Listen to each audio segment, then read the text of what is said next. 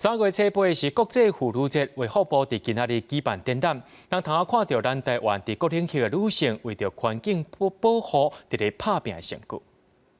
用牛仔布车的鉛笔袋甲饮料杯袋看起来真素常，不过这是回收废弃的牛仔裤所做，唔那环保，这就正是二度就业的妇女。妇女团体嘛提供因相关的训练课程，就培养教他们美感呐。还有色感啊，什么全部都要从头起步来带这一群从来没有踏出家门的妇女，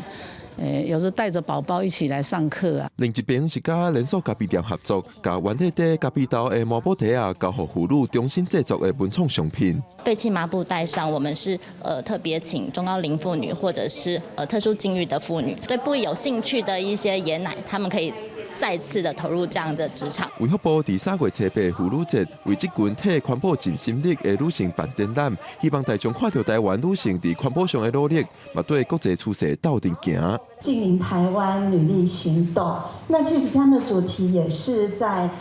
回应其实今年联合国的妇女地位会议讲的就是我们要推动女性的性别平等，然后要创造永续的一个未来。开展记者会嘛，播送总统蔡英文甲行政院长苏贞昌的祝福影片，除了庆祝妇女节，嘛讲到2050年净零排放的目标，感谢来自台湾各领域的女性做伙拍拼。